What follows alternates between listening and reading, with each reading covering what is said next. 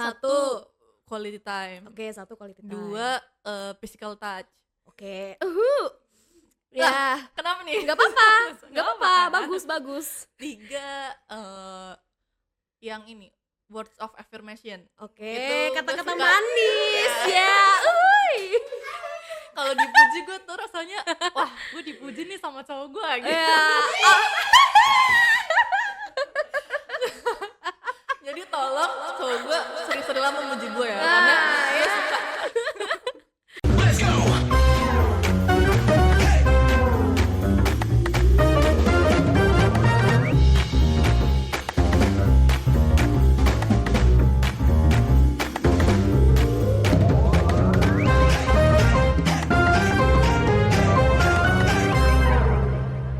Halo semuanya, selamat datang di Tiba-Tiba Podcast. Nah, teman-teman gimana nih kabarnya hari ini? Semoga baik-baik aja ya, dan juga mungkin ada yang lagi sedih, lesu, atau galau. Semoga kita bisa tetap positif ya. Apalagi nih, topik pembicaraan kita kali ini dengan Elizabeth ya sebagai narasumber kita yang akan tahu nih ya tentang CMDP, tentang DP-DP-an. Mungkin kalian tahu nggak sih MT itu apa?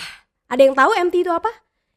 Manajemen trainee. Nah, manajemen trainee ini pasti relate banget nih di kalangan anak muda ya. Yang mana para yang masih sekolah atau yang fresh graduates mungkin ada kepikiran nih di ranah karir tersebut. Maka dari itu langsung saja ya dengan gue Dian sebagai hostnya yang akan nemenin kalian bersama dengan El membahas seputar dengan Development Program atau MT. Oke, langsung saja ya. Halo El. Hai Kak. Oke, nama lu sebenarnya siapa sih dan panggilan lu apa? Mungkin ada panggilan sayang gitu. Oke, jadi hai semuanya. Hai. Oke, jadi kenalin nama gue Elizabeth, biasa dipanggil El. Mungkin sikat banget ya Kak namanya Elizabeth gitu, nggak ada panjangannya lagi. Dan orang-orang juga seringnya tanya-tanya sih, kenapa namanya cuma Elizabeth gitu. Iya. Ya, tapi ya emang dikasih namanya juga sebetulnya nama itu bukan dari orang tua gue malah. Tapi dari Dari pendeta. siapa ini ya? Mohon maaf ya. Dari pendeta. Jadi mama papa gue tuh cuma ini kira-kira dinamain siapa ya? Oh, Elizabeth, dari pendetanya. Ya udah dikasih nama Elizabeth. Tidak ada penambahan apapun, kata-kata apapun dari mama papa gue. Langsung nih dari pendeta ya yang Ya. deket banget sama Tuhan. Dah berkah banget tuh nama ya, Ya. El. Oke, gimana nih El? Kan lu posisinya sekarang nih udah jadi karyawan nih di Sinaf ya, di CMI Niaga Auto Finance. Tapi lu sebelumnya dari DP dulu nih. Awal masuk tuh gimana ceritanya? Emang lu dari awal udah ada kepikiran gitu mau masuk DP atau MT, atau mungkin kepikiran sebaliknya mau langsung jadi karyawan? Coba ceritain El. Oke, kalau misal dulu emang fresh grad itu emang ngincernya emang DP sih. Untuk tujuan pertamanya entah DP atau MT atau ya pokoknya development program deh ya, Oke. ngincernya pertama. Dan karena juga gue itu lulusan statistika yang mana kebanyakan tuh kan masuknya tuh ke bank atau finance gitu-gitu kan, atau asuransi. Nah jadinya karena emang kebanyakan kakak tingkat juga ambilnya di situ, makanya kepikirannya juga waktu itu ya udah cari-cari tentang bank, terus asuransi juga, terus juga finance-nya. Sebetulnya finance itu dulu belum terlalu kepikiran sih tentang finance ya, lebih ke banknya dulu. Nah dulu udah pertama kepikirannya itu memang mau ambilnya MT atau DP yang Oke. jenjang karirnya itu kalau misal di-share kan jenjang karirnya bakal jadi future leader kan. Jadinya Oke. karena itu tertariknya pertama. Yang mana kalau misal bank itu untuk ke tingkatan lebih tinggi tuh butuh waktu yang lama, kayak 10 tahun atau lebih dari itu mungkin bahkan. Nah kalau MT itu yang gue tahu, yang gue searching itu akan lebih cepat untuk jadi leadernya di perusahaan tersebut. Oke, ibarat kata tuh kayak fast tracknya untuk Ya. menuju jadi leader gitu ya. Oke. Awalnya tertariknya tentang DP dan MT itu. Kemudian terus baru tuh cari-cari perusahaan mana yang ngebuka MT dan khususnya ngebuka untuk yang lulusan statistika. Ngincernya juga awalnya bank, terus perusahaan-perusahaan yang emang pembiayaan atau di finansial lah istilahnya gitu. Ternyata setelah apply ke banyak bank, kayak Yes. misal bank-bank sebelah itu juga. Iya, Dan nggak mau nyebut merek ya guys ya. nggak usah Secret ya. disebut sepertinya. No sebut-sebut.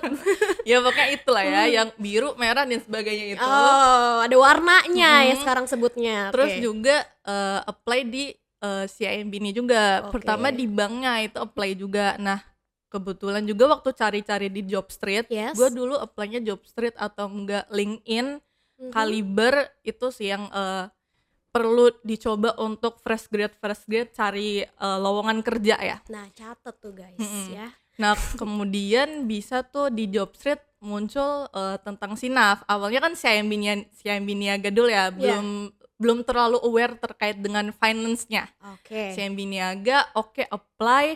Terus habis itu baru tuh selang beberapa lama ya ternyata ada undangan untuk tes selanjutnya gitu. Jadi awalnya DP karena fast track dan juga tentang emang sukanya ke yang dunia finansial gitu sih Kak.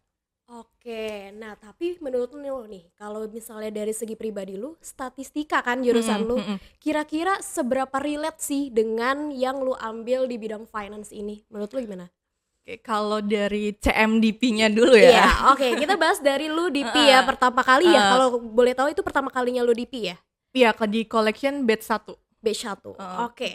Gimana tuh? Jadi collection itu sebetulnya kan gue juga awal pertama kali apply di Sinaf itu tuh cuma lihat development programnya dulu. Oke. Belum lihat depannya nggak ngeliat tuh ya. Belakangnya dulu aja dilihat ya, depannya urusan nanti Iya, gitu. jadi gue fokusnya tuh ke development program apapun gue apply. Oh, oke. Nah, Ya. terus ternyata yang nyangkut itu ya collection management development program Yang kan. nyangkut. Iya. Baik. Dan collection itu sebetulnya gue awalnya nggak terlalu tahu, malah sama sekali nggak tahu tentang collection itu kayak gimana dan seperti apa kerjanya. Oke, masih awam banget lah ya. Masih awam banget. Collection ternyata kan setelah gue masuk baru tahu nih gitu. Iya. Sebetulnya pas waktu interview itu ya ada sedikit-sedikit dikasih tahu tentang collection itu kayak gimana, kayak jaminan fidusia dan penagihannya, kemudian bucket-bucketnya itu udah di-spill sedikit lah. Udah di-spill. Nggak kaget lah ya pas iya. masuk. Iya. Kaget nggak? Kaget nggak? Sedikit kaget sih. Gimana kagetnya?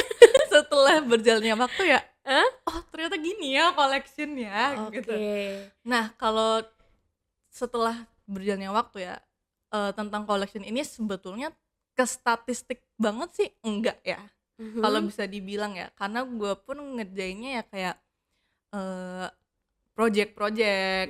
Kalau statistik kan lebih ke data analis, terus data scientist, yang mana itu by data gimana sih kita ngasih suggestion untuk ke perusahaan untuk pengambilan keputusannya. Sebenarnya lebih ke situ kan untuk data analis ini. Nah, tapi di collection itu karena memang gue lebih ke bagian field collector ya. Kalau di sini lebih ke fieldnya, lapangannya tuh. Untuk mengenhance aplikasinya field collector, jadi gue kurang untuk di data analisnya. Tapi kalau semisal kita lihat lebih dalam lagi tentang collection, sebetulnya ya semua bidang menurut gue tetap ada hubungannya dengan data. Tetap perlu data dan tetap perlu analisa terhadap data. Jadi kalau misal collection itu awalnya gue kira mungkin 6 bulan pertama lah ya, itu nggak berhubungan sama sekali dengan statistika, yang awalnya ternyata belakangan ini gue melihat bahwa gue bisa menerapkan statistika ini ke collection, tetap bisa. Jadi awalnya gue nggak relate tentang background pendidikan gue, tapi sekarang ya ternyata setelah dijalani butuh juga sih statistik di collection ya. Terutama untuk analisis strategi apa sih yang harus di collection diterapin, itu kan pasti by data kan.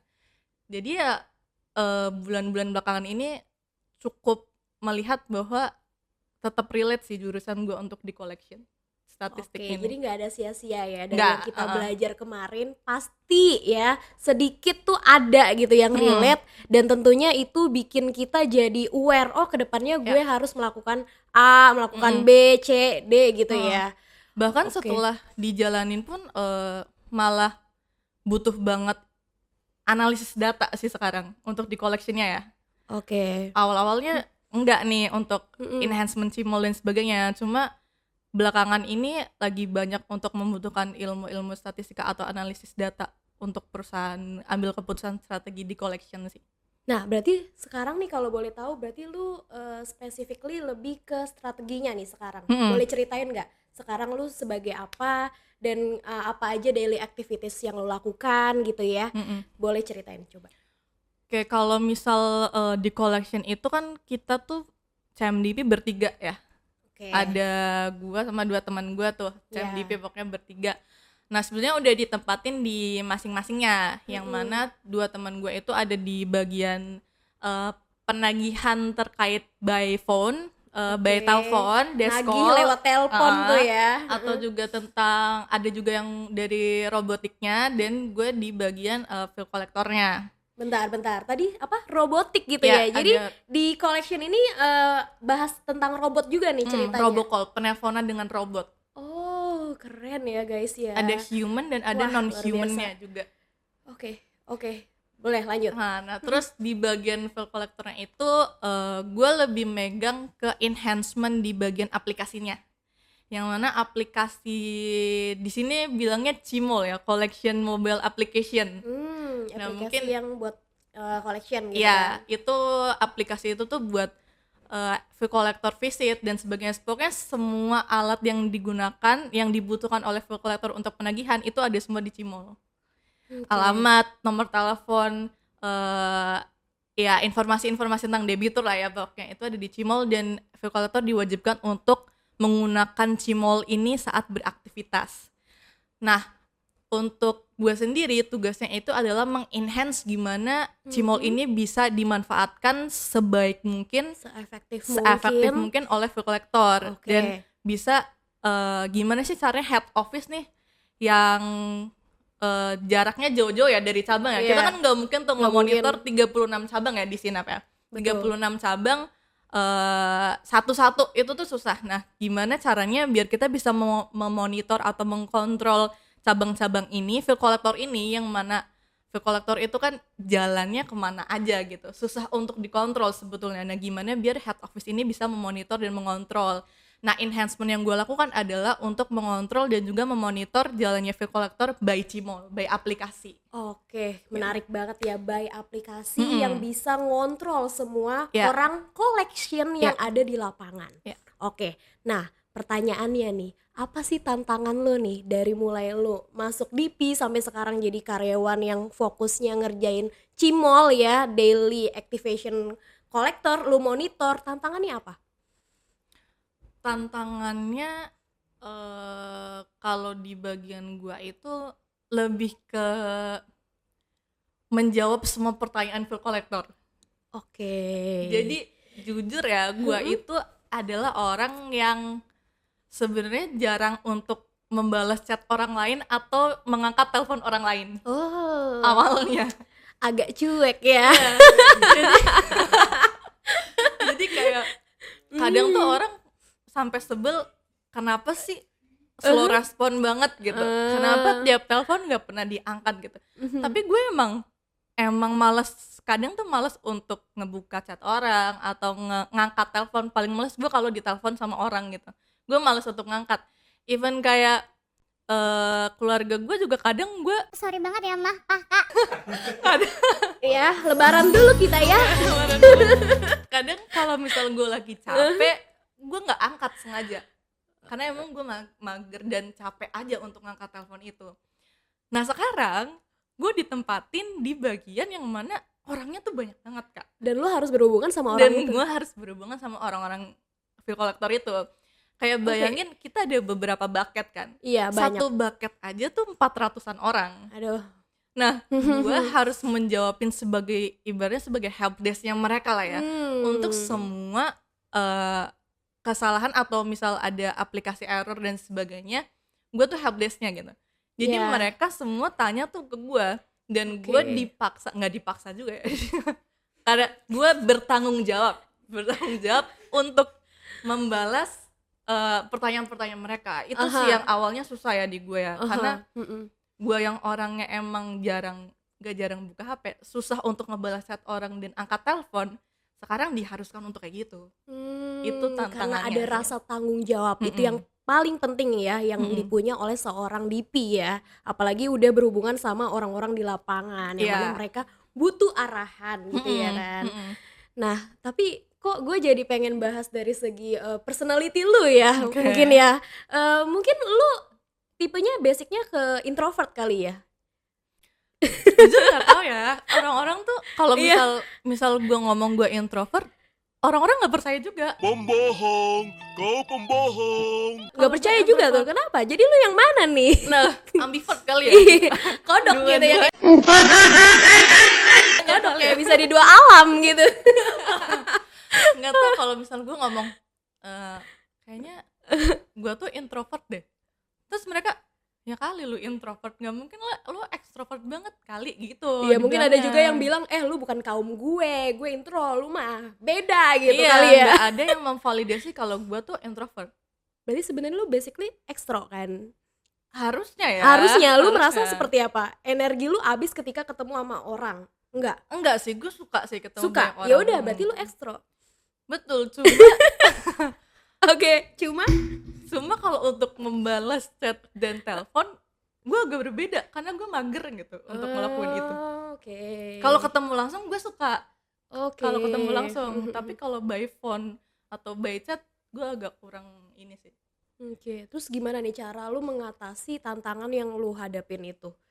Kan otomatis lu harus bertanggung jawab pelan-pelan nih, mulai nge-adjust gitu ya kan, nge-adjust diri lu dengan orang lain. Gimana? Mungkin nambahin intensitas lu ngangkat telepon sehari jadi berapa kali, yang tadinya 0 jadi 5 kali atau gimana? Ya itu Atau gimana? pasti sih. Gue berusaha mungkin semaksimal mungkin untuk bisa ngebalas chat mereka.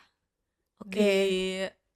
Ya karena itu tadi ya, gue kan udah tanggung jawab nih, gue udah dikasih sama atasan gue apa sih, kepercayaan untuk megang itu. Jadi ya gue harus memberikan yang terbaik atau memberikan yang terbaik kayak untuk bisa ada di pekerjaan itu gitu.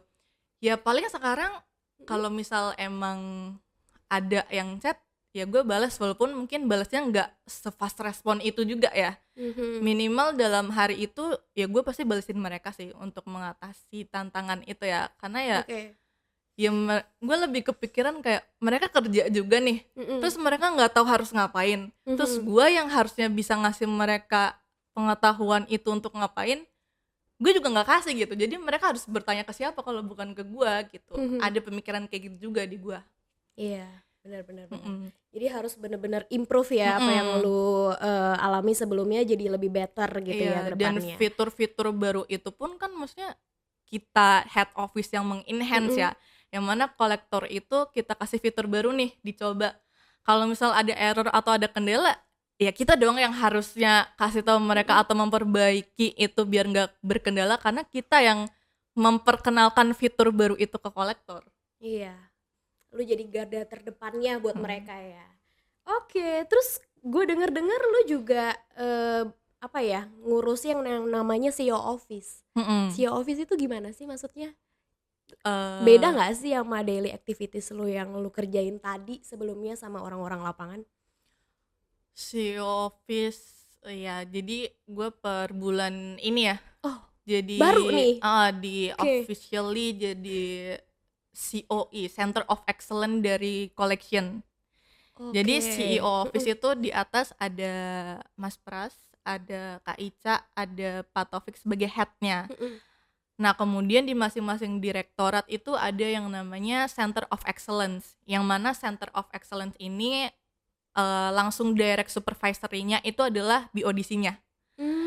Nah jadi kalau misal di collection ya, Iya.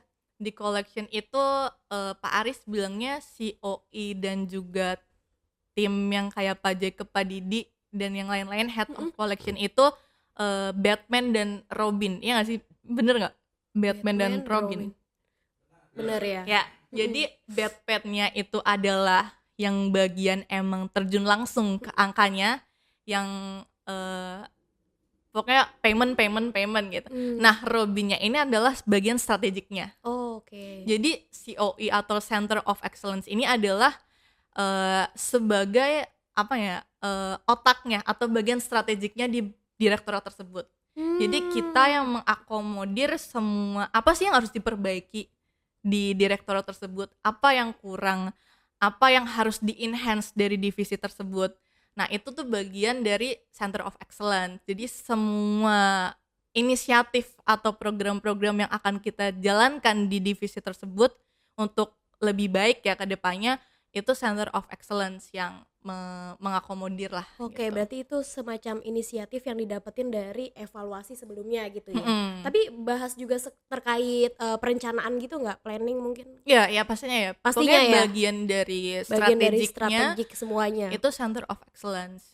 Oke, luar biasa. Nah, terus menarik nih, kira-kira menurut lu nih, buat para teman-teman nih di sana, apa sih yang seharusnya mereka lakukan ketika mereka tergerak hatinya mau jadi seorang DP, MT, dan bisa dipercaya buat jadi karyawan di perusahaan tersebut? Tipsnya dari lu apa? Ini berarti buat yang lagi cari kerja Ya. atau fresh grad ya. Betul, mungkin yang masih sekolah yang udah mau merencanakan ke depannya Oke. gimana gitu, masa depan gue gimana ya, atau mungkin yang sekarang udah lulus atau fresh graduates. Menurut gue jangan takut untuk nyoba jadi DP sih. Karena Heeh. nggak tahu ya, kalau misal gue ngerasanya jadi DP itu banyak hal yang sebelumnya gue nggak tahu tentang diri gue, sekarang gue tahu. Kayak misal nih Contoh. di CV, gue nulis di CV itu gue kuat terhadap tekanan. Aha, oke. Ya. Tekanan Gua- apa nih? Gue pandai beradaptasi. Aha, Jadi semua hal-hal baik, time management lah, pandai beradaptasi, pandai berkomunikasi, semua gue masukin ke CV. oke. Karena ya gue mau ngejual diri gue biar mereka tertarik dong ke gue. Nah, setelah jadi DP yang mana gue nantinya harapannya akan menjadi future leader, yang pastinya di downdernya beda dong dengan karyawan yang bukan DP gitu kan. Karena harapan mereka atau ekspektasi manajemen itu ke DP-DP ini ya udah tinggi nih, nge-hire kita sebagai DP ya development program, mendevelop perusahaannya ini gitu. Nah, jadi kenapa gue bilang jangan takut, karena gue merasa gue lebih tahu diri gue sekarang ketika gue jadi DP. Nggak tahu ya, karena mungkin emang Oh, pekerjaan oke. pertama gue kah, atau emang karena DP-nya ini, ya itu sih, jadi gue lebih tahu tentang gimana sih sebenarnya gue sifat asli gue, atau gue tuh orangnya cocoknya di yang kayak gimana sih pekerjaannya. Gue jadi tahu setelah gue ikut DP di Sinaf. Berarti sekarang lu udah tahu sifat asli lu nih. Ya, jadi gue nanti masukin CV, gue udah tahu gue gimana orangnya. Oke. Sebelumnya belum tahu ya, Iya, sifatnya sebenarnya- masih palsu semua ya. Oh, bukan palsu sih kak. Bukan palsu Lu bilang sih. asli gitu kan. Berarti ada Tapi palsu ada asli. Iya, lebih ke semua hal baik gue masukkan ke CV. Oh, jadi memang lu nggak ada celahnya gitu Iya, ya. iya. Tapi kalau sekarang lu tahu kelebihan dan kelemahan Heeh. lu. Oke. Ya kayak tahan terhadap tekanan, ya gue tahan juga terhadap tekanan, cuma gue nggak tahu levelnya tuh seberapa ketika gue input di CV pertama kali. Cuma sekarang gue udah tahu nih, gue level di tahan terhadap tekanan itu di level berapa, gue udah tahu. Oke, dari 1 sampai 10. Tahannya berapa? Perlu di spill dulu ya? Gak perlu ya, mungkin itu buat refleksi diri aja Iya, ya guys ya. Dari 1 sampai 10 kalian tahan tekanan tuh berapa gitu ya kan. Itu bisa jadi apa ya, cikal bakal lu improve diri lu ke depannya seperti apa. Kalau lu aja nggak tahu diri lu kayak gimana, ya gimana lu mau melakukan sesuatu hal jadi better gitu kan. Oke. Terus juga apa ya, privilege-nya jadi DP itu bisa langsung minta arahan ke biodisi. Itu juga karena menurut gue nggak semua orang bisa berkesempatan untuk ngobrol atau minta arahan dari biodisi. Iya, Dan- lapisannya banyak banget ya biasanya ya. Dan dari biodisi itu gue banyak banget dapet ilmu yang berharga banget sih menurut gue, gimana cara untuk beliau ini pemikiran beliau terhadap perusahaan itu bagaimana beliau memanage perusahaan sebaik itu. Dan gue melihat bahwa biodisi itu di sini, wah, pinternya luar biasa sih biodisi di sini ya. Jadi itu sih yang menurut gue sangat-sangat terberkati juga, ada sisi terberkatinya juga ketika gue bisa jadi DP ya, development program. Mau itu di perusahaan manapun ya, gue sekarang di Sinaf nih ya, jadi gue merasa terberkati juga karena gue jadi DP. Gue bisa dapat ilmu banyak yang belum pernah gue dapat sebelumnya. Tapi ini jauh ya dari tips and trick ya sebenarnya ya. Iya, Ini nggak lebih ke pengalaman gue jadi DP jatuhnya. It's okay. Dari pengalaman kita bisa belajar sesuatu di dalamnya, ya enggak sih? Nah, jadi berarti kalau lu pengen ngasih tahu ke mereka bahwa lu ya harus mengenal diri lu dulu ya. Walaupun itu pekerjaan pertama lu, sebisa mungkin lu optimalin di situ dan belajar banyak hal. Apalagi lapisannya dengan atasan itu jauh lebih kecil dan lu bisa langsung nambah informasi pengetahuan dari mereka gitu kan. Iya, dan juga kalau misal mau daftar DP juga bener-bener kenali dulu jobnya ketika lu jadi DP itu apa. Jangan sampai ternyata ketika lu masuk lu ngerasa salah dan nantinya jadi nggak masuk aja gitu di perusahaan itu gitu. Jadi kenali dulu latar belakang perusahaannya, kemudian juga job desk-nya seperti apa. Kalau misal dari perusahaan Sinaf, gue suka, gue merasa ya Sinaf ya bagus ya, cukup bagus untuk mendevelop DP. Cuma mungkin gue agak kagetnya adalah di bagian collection-nya itu awalnya. Cuma makin kesini ya menarik juga collection untuk dicoba. Nah, ngomongin soal menarik nih, kira-kira apa sih yang ngebuat lu menarik banget mencoba DP? Mungkin ada BODC yang menurut lu favorit banget lah buat lu sampai lu bisa tertarik dengan bidang lu ini sekarang. Siapa sih? Boleh spill name mungkin?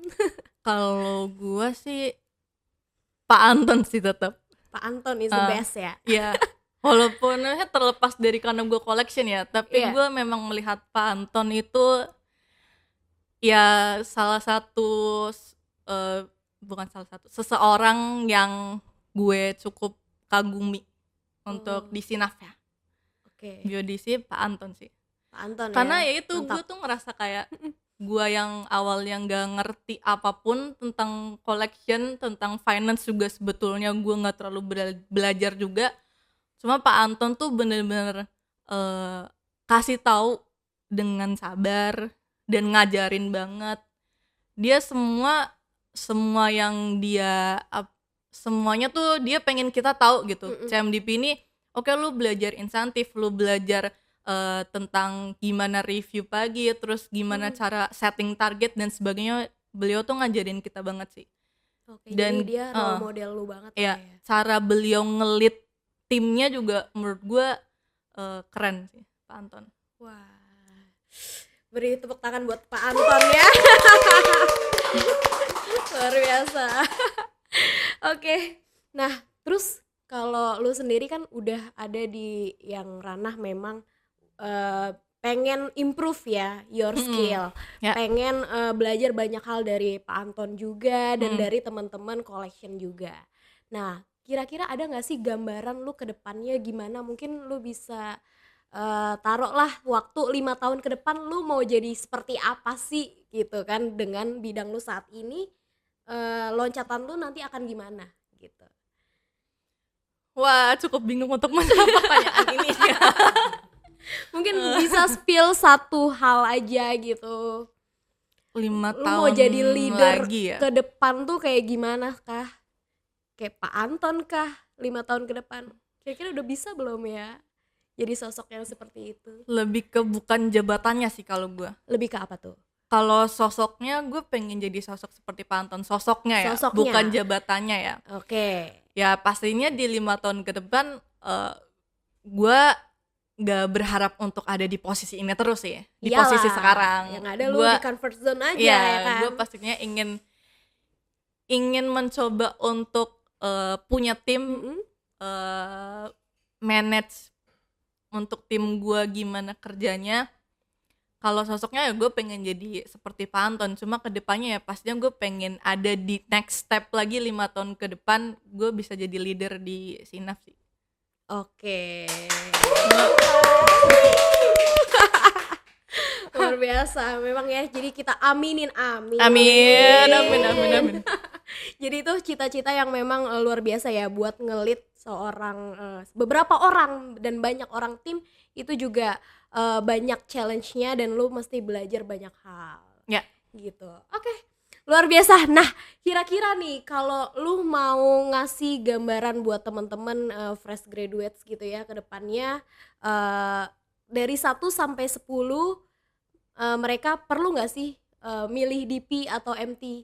Apakah mereka bisa memilih salah satunya? Menurut lu dari DP atau MT lebihnya tuh yang mana sih? Prioritasnya yang mana sih?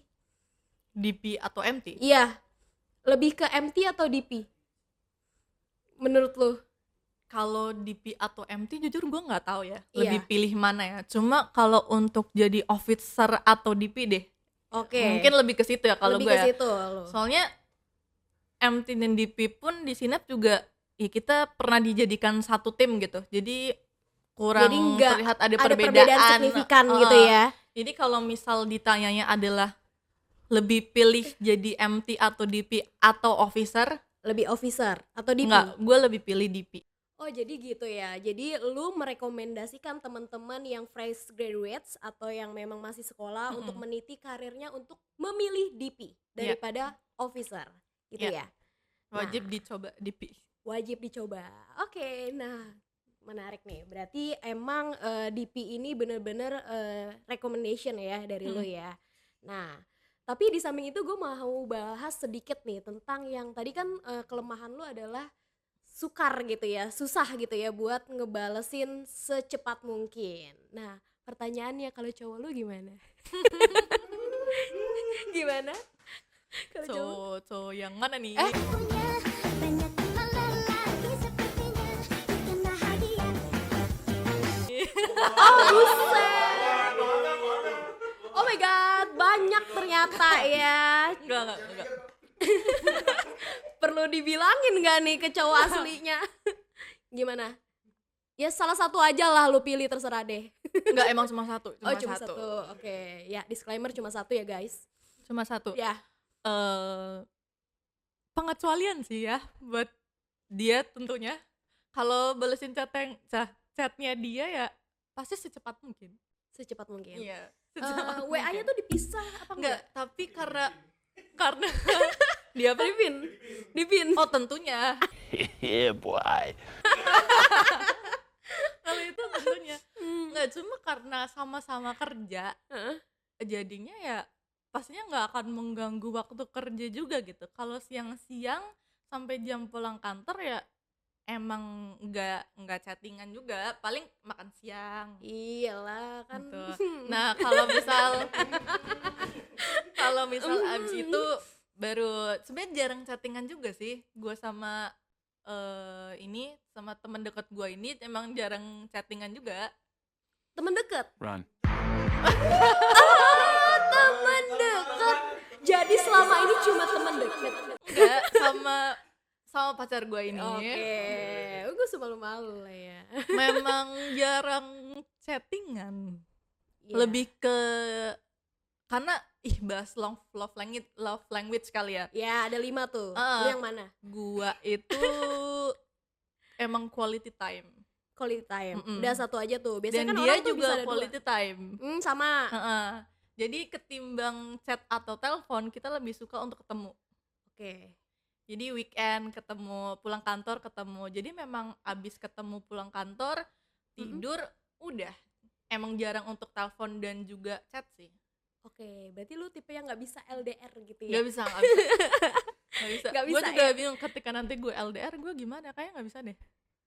Yakin tuh benar-benar Q time aja, nggak ada yang lainnya. Yang Eh. ya alternatif gitu ya, kalau misalnya lagi nggak ketemu gitu kan gimana? Diurutin ya dari Ya, 5 ya. urutin dah tuh. Satu quality time. Oke, 1 quality time. 2 physical touch. Oke. Ya, Kenapa nih? nggak apa-apa, nggak Nggak apa-apa, apa-apa. bagus. 3 yang ini words of affirmation. Oke, Itu kata-kata gua suka. manis ya. Uy. Kalau dipuji gue tuh rasanya wah gue dipuji nih sama cowok gue gitu. Ya. Jadi tolong cowok gue sering-sering lah memuji gue ya, karena dia suka. Oke. Apalagi Kak, jadi 3 Act of service. Oh, itu juga. Ya, juga jadi yang nomor- mana nih? Itu juga nomor Urutannya. Boleh nggak ranking 2-nya ini di double, physical touch sama act of service. Oke. Baru terakhir gue gift itu pokoknya yang Receiving money. Receiving gift ya? gift. Kalau money mah Money mah semua orang juga pengen kalau ya, mohon money maaf. mah ada love language money gue pertama kali kalau Jadi udah bergeser tuh ya. Jadinya receiving money yang pertama ya, bukan quality time lagi. Dasar ya emang. Itu namanya realistis, Iya. bagus ya. iya kan Bagus. realistis.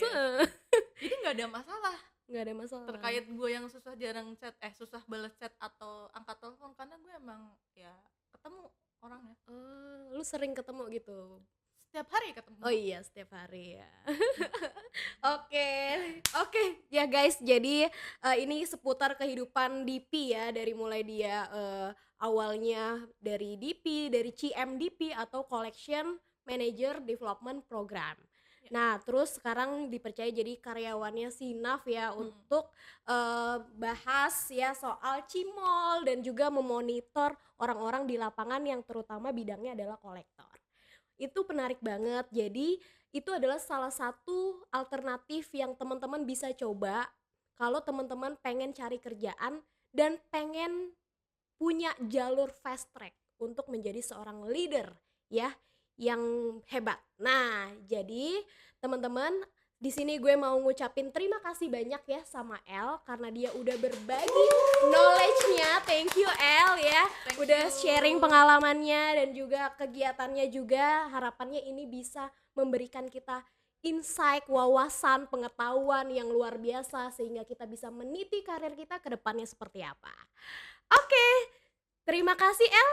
Sampai Thank you, jumpa di next episode berikutnya dari Tiba-Tiba Podcast.